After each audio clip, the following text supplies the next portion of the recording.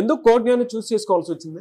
Placement assistance అయితే ఇక్కడ బెటర్గా చూపిస్తారు. బయట ఇన్స్టిట్యూషన్తో కంపేర్ చేస్తే ఇక్కడ ప్లేస్మెంట్ అసిస్టెన్స్ అనేది బెటర్గా ఉంది. సో ఓకే, మీరు దేని మీద ట్రైనింగ్ తీసుకుంటున్నారు? Python full stock. Python full stock మీద తీసుకుంటున్నారు.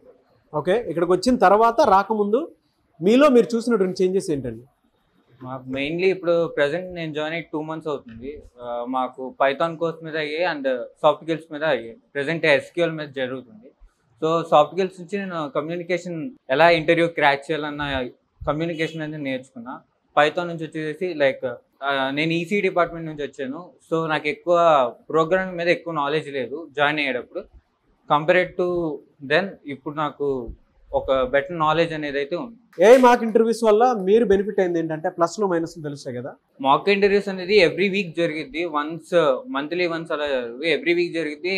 ఆ వీక్లో ఏదైతే టాపిక్స్ ఏవైతే మాకు జరిగాయో వాటి మీద జరుగుతాయి.